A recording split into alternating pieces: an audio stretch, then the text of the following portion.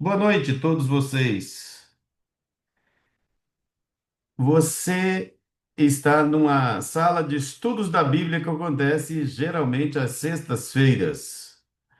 E nós estudamos só a Bíblia, especificamente a pessoa de Cristo e os sinais que ele deixou para que a gente seguisse e descobrisse em que altura estamos da segunda vinda. Quanto tempo falta para isso? Então, o tema específico de hoje é o falso Messias. Bom, quando Jesus esteve aqui, todos estão vendo a minha tela, ele prometeu voltar. Ele não só prometeu voltar, como deixou sinais para os que creem. Que sinais são esses? Sinais que seriam vistos no céu, na lua e nas estrelas, na terra, fenômenos físicos, astronômicos, crise na, na humanidade como um todo, em todos os sentidos. Isso foi dito quando ele aqui andou, que aconteceria. Assim como houve os sinais que apontavam para o nascimento do filho de Maria, desde Gênesis 3,15, também há mais de 2.500 referências a essa segunda vinda em toda a Bíblia. O que acontece? Em relação à pessoa de Cristo, e é preciso estudá-la. Porque quando você conhece a Cristo, é fácil identificar o anticristo ou qualquer um que se proponha ser esse Cristo. Há pouco tempo atrás, não muito tempo atrás, apareceu aí no Rio, no sul do Brasil, um tal de Henri Cristi, que era um maluco de plantão e ele tinha mais de 10.000 seguidores, pessoas que acreditavam naquilo. Virou meme na internet. O Danilo Gentili, por exemplo, foi servir. Você gosta de vinho? Gosto.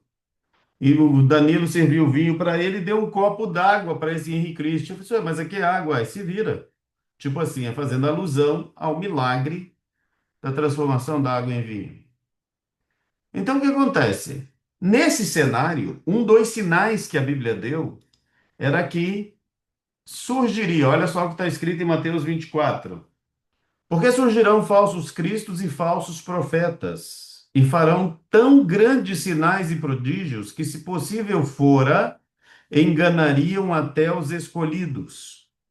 Então, olha só, é fácil entender do que está falando quando você analisa na Bíblia quais eram os sinais e prodígios que foram feitos nos dois reinos e que eles causaram, assim, a impressão e a certeza de que estavam diante do sobrenatural. Agora, o próprio Cristo fala que, por ocasião da sua segunda vinda, ele estava aqui, quando estava aqui, em carne e osso, ele diz que surgiriam falsos cristos.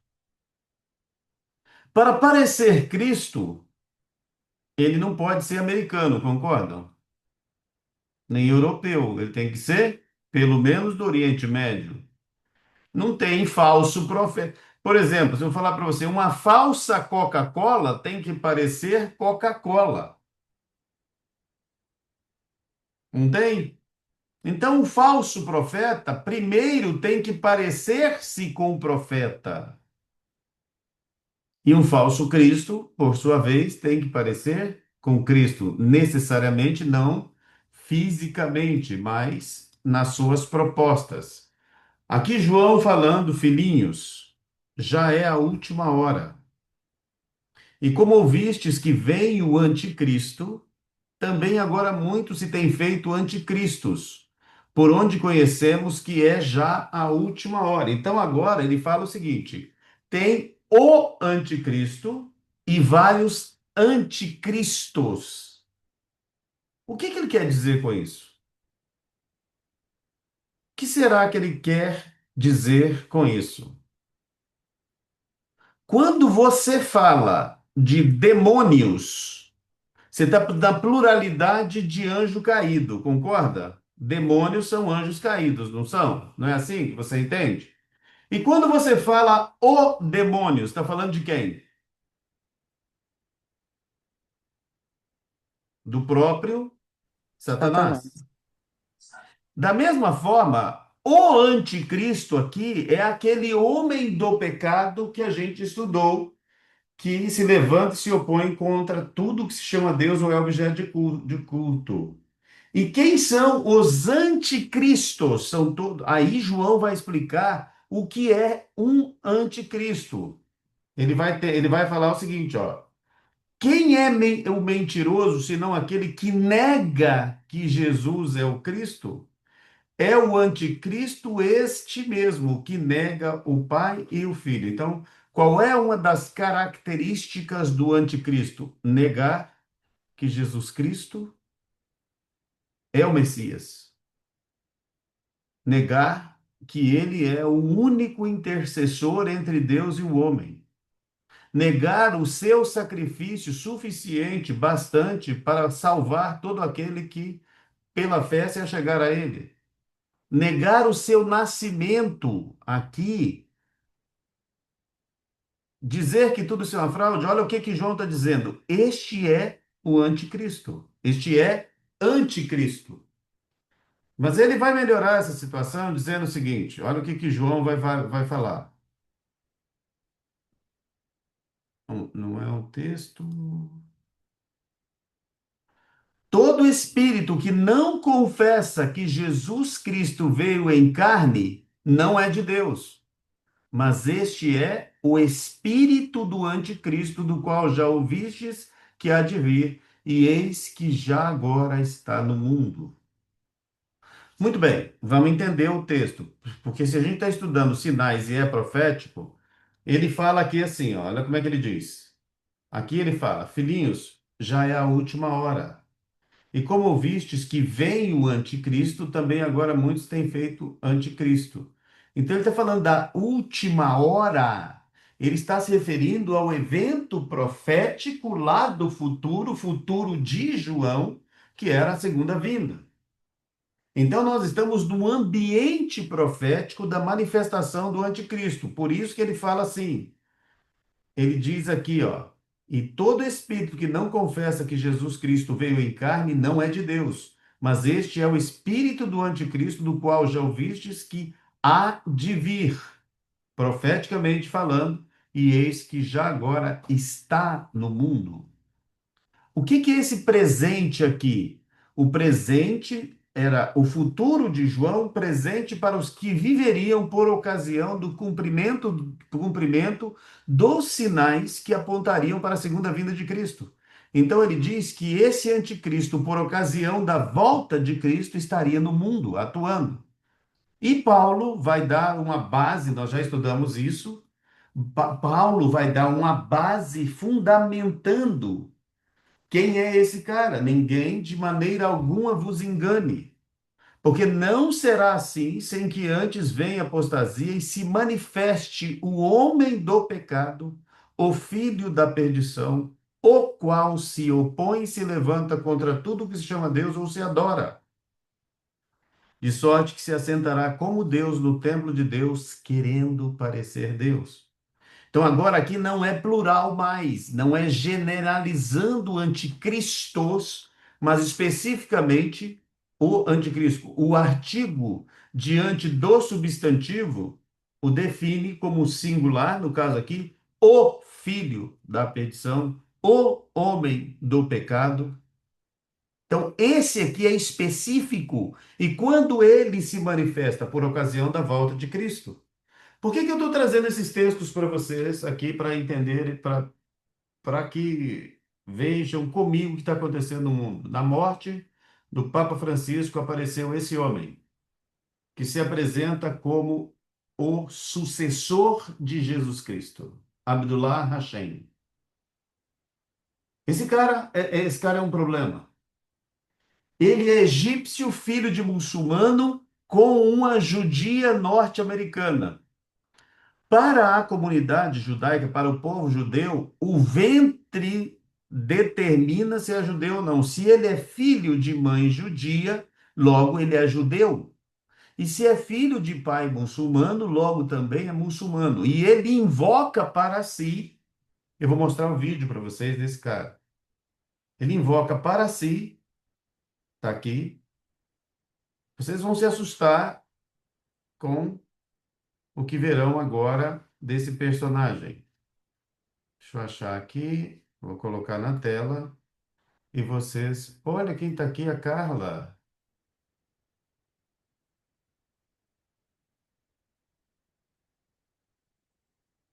Olha só. I am the son of the east through my father, and the son of the west through my mother. Tião, tá só o áudio. Só um minutinho, estou só abrindo para passar.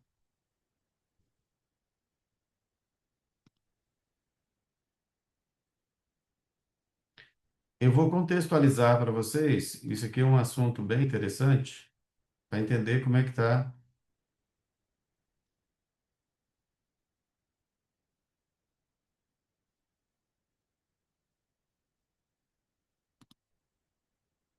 Vamos lá.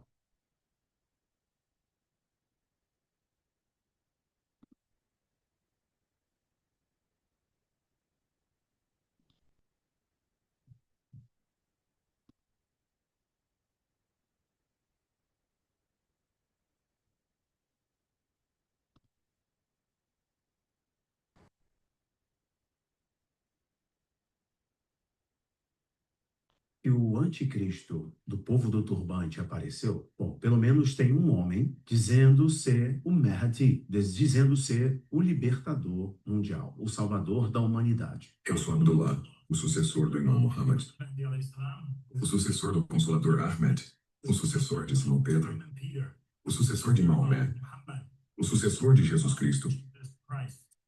Eu sou o verdadeiro e legítimo Papa. Eu sou a prova sobre os cristãos. Eu sou o filho dos muçulmanos através do meu pai, e o filho dos cristãos e dos judeus através da minha mãe. Eu sou o filho do leste através do meu pai, e o filho do oeste através da minha mãe.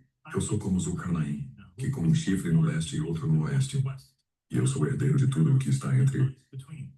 Eu sou mais experiente do que qualquer falso papa, e sou nomeado pelo nome e pela vontade dos profetas. Meu nome também está na língua de Isaías. Ele disse que recebeu esse legado direto. Muito bem. O que que tem de problema aqui? É que também os muçulmanos são tanto quanto os cristãos, não pense que eles são tão unidos. Os cristãos somos muito divididos. Só para você ter uma ideia, tem mais de 40.000 denominações religiosas diferentes no mundo usando a mesma Bíblia. O muçulmano também tem sunitas, xiitas, tem vários, tem radicais, tem todo tipo. E desde que foi fundado, os muçulmanos esperam a encarnação do Imam Mahdi, que para eles seria um indivíduo que vai nascer, por trazer a paz ao mundo, converter o mundo para o Islã, e ele é maior que Jesus Cristo. Isso já está na cabeça deles há muito tempo e tudo mais. O problema é que esse camarada que apareceu aí está aí há muitos anos com dezenas de milhares de seguidores em mais de 40 países do mundo. Sucessor legítimo de São Pedro, então ele assume, ele quer ser o ter o lugar do Papa. Sucessor legítimo de Maomé, então ele quer ocupar o coração dos muçulmanos. Ele se diz o Imam Mahdi legítimo, então ele conquista muçulmanos, cristãos e judeus por causa da origem biológica dos dois. Não estou trazendo isso aqui para vocês e falar assim, esse cara é o anticristo. Não tem autoridade para isso. É para dizer para vocês que a profecia que foi dada é que muitos surgiriam no final dos tempos dizendo, eu sou o Cristo. E a Bíblia fala o seguinte: enganará a muitos. E o texto de Mateus fala o seguinte: e que o anticristo, esses personagens, esses falsos profetas, fariam tantos prodígios e sinais que enganariam, se possível, os próprios escolhidos. Eu vou lhe dizer uma coisa que você vai entender o que eu estou lhe dizendo. Olha o tamanho do problema que você está. Se eu pedir para você pensar em Jesus Cristo, Na cabeça de várias pessoas aí vai aparecer o do The Chosen, esse rapaz aí, muito bom personagem. Alguns vão pensar no Jesus de Alziro Zarur, aquele de cabelo penteadinho, olhos azuis, bigodinho bem penteadinho. Todos temos a imagem de um Jesus ocidentalizado, de olhos azuis, barba cerrada, e ali que não tem nada a ver com o personagem do Oriente Médio. É verdade isso. O que está no consciente coletivo das pessoas é o que a mídia vendeu e colocou na cabeça. Primeiro, Jesus, é impossível que Jesus tivesse a semelhança de um ocidental. Impossível. Primeiro, ele vivia no deserto de 50 graus na sombra e andava. E Isaías fala o seguinte: olhando nós para ele, nenhuma beleza víamos para que o desejássemos. Aí o pessoal trouxe para a gente a ideia de um Cristo totalmente ocidentalizado. E o que está por trás disso? Quando vier a operação do erro que Paulo fala em Tessalonicenses, a imagem que as pessoas verão e cultuarão é aquelas que eles abraçaram como a face de Cristo. Por que esse rapaz do The Chosen faz tanto sucesso? Primeiro, ele conquistou geral. E tem gente que acredita sinceramente. Olha, eu vou dizer uma coisa para vocês. A minha avó dava boa noite para o Cid Moreira quando terminava o Jornal Nacional, arrumava a casa e ia dormir. Ali, ó. Olha lá o Laírton. Olha, eu tive um tio que chegou no negócio da Bonanza. Tinha um seriado Bonanza, o cara chegou e meteu a arma na tela e tirou o revólver, tirou da televisão, poxa. Isso em Belo Horizonte, na década de 70. As pessoas, a mídia está aí para convencer as pessoas. E quem está por trás disso para manipular tudo? O inimigo do céu. Aí aparece pessoas como esse camarada. Aí eu te pergunto, por que centenas de milhares seguem um personagem? Olha o que ele disse. Ele falou o seguinte: eu sou o sucessor de Pedro, o Imam Mahdi, o Maomé encarnado. Eu sou para os judeus o que eles esperam por parte de mãe, para os muçulmanos por parte de pai. Ele está invocando para si e as pessoas acreditam nisso. E sabe qual é o problema? Agora eu vou colocar para vocês. Se aparecer um personagem na rua da sua cidade, na praça principal da sua cidade, aí em Belém, em Fortaleza, em Brasília, aí em Santa Catarina, Itajaí, Juiz de Fora, Orlando, aí em Miami, Fort Lauderdale, onde está a Reni, aí em Massachusetts, onde está a Marlene, aparece um personagem tipo o, o The Chosen ou o Jesus ocidental fazendo milagres na praça principal da cidade e se dizendo o Cristo. Eu te pergunto, você acreditaria? O que determina acreditar ou não é quanta intimidade você tem com esse livro aqui. Os que serão enganados, eles não serão enganados porque não creram em Cristo. Eles serão enganados porque não abraçaram o amor da verdade em seus corações. Está escrito, não são palavras minhas. Olha só, quem faz prodígio e sinal engana as pessoas. Os egípcios foram iludidos por feiticeiros. Por que que a magia toma tanto terreno no planeta Terra? Porque o ser humano ele se encanta com o sobrenatural.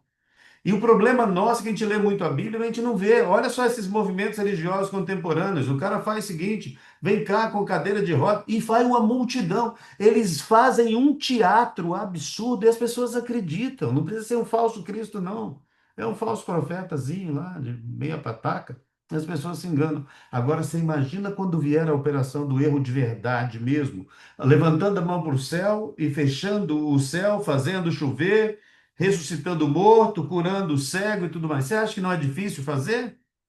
Hum, se engane. Se engana quem pensa. Paulo fala o seguinte, lá em Coríntios, não se enganem. os demônios se transfiguram em ministros de justiça. Então, quando você vir coisas parecidas deste cenário, você tem que o seguinte, tem que ir para a Bíblia. Eles estão lá na Suécia, o cara está arrebentando a boca do balão. Mas o que que é a Suécia? 85% eles se professam ateus. Agora o cara está fundando seguidores em 40 países do mundo. Ele está criando relevância, porque o que acontece? Faz isso, pá, vai subindo. Qual é a mensagem para você nessa noite? É a seguinte: o Cristo, quando aqui esteve, ele chegou e deixou que assim que eu não quero que você termine a sua noite com a imagem desse camarada aqui. É com essa. Ora, quando essas coisas começarem a acontecer, olhai para cima e levantai as vossas cabeças, porque a vossa redenção está próxima. Você entendeu? O texto que eu mais gosto é que diz assim: olha, quando essas coisas começarem a acontecer, exultai e erguei as vossas cabeças, porque a vossa redenção se aproxima. Por que que ele deixou os sinais? Porque assim como ele deixou os sinais para os que creem, o reino das trevas conhece os mesmos sinais e vai, se possível, para enganar, imitar o que foi prometido. Quando Moisés fez os sinais lá no Egito, os feiticeiros do faraó, eles iam tentando fazer igual, água em sangue, eles foram lá e fizeram. Mas quando Moisés, com o milagre, fez areia, jogou e criou vida, aí não podia mais. Para que eu e você não sejamos enganados e iludidos, a gente precisa se apegar ao texto bíblico. Não é o que o seu pastor disse, meu amigo, não é o que o seu padre diz, não é o que o seu xamã, o seu pai de santo, ou o que for, diz, é o que a Bíblia diz. Porque eu duvido que nasceu na terra, é lógico que os piores bandidos da terra foram um dia crianças. Um dia sonhou em ser uma coisa boa e tudo mais, se transformaram no que se transformaram. Só que a palavra está dizendo que quem não acolher o amor da verdade em seus corações serão enganados. Deixa eu te perguntar, só para você ter uma ideia onde você está. Os valores que a Bíblia defende, eles estão sendo questionados todos os dias. Por exemplo, o mundo tem nascidos de mulher, só existe masculino e feminino. Mas nas opções de gêneros escolhidos, são mais de 200 opções. Desde não binário, que é a pessoa que não se identifica nem com masculino ou feminino. Eu vou só fazer uma pergunta que alguém já fez. Daqui a 150 anos, quando tirar os ossos da sepultura, vai poder identificar só de uma forma, masculino ou feminino. Era homem ou era mulher. Mas como é que está o mundo hoje?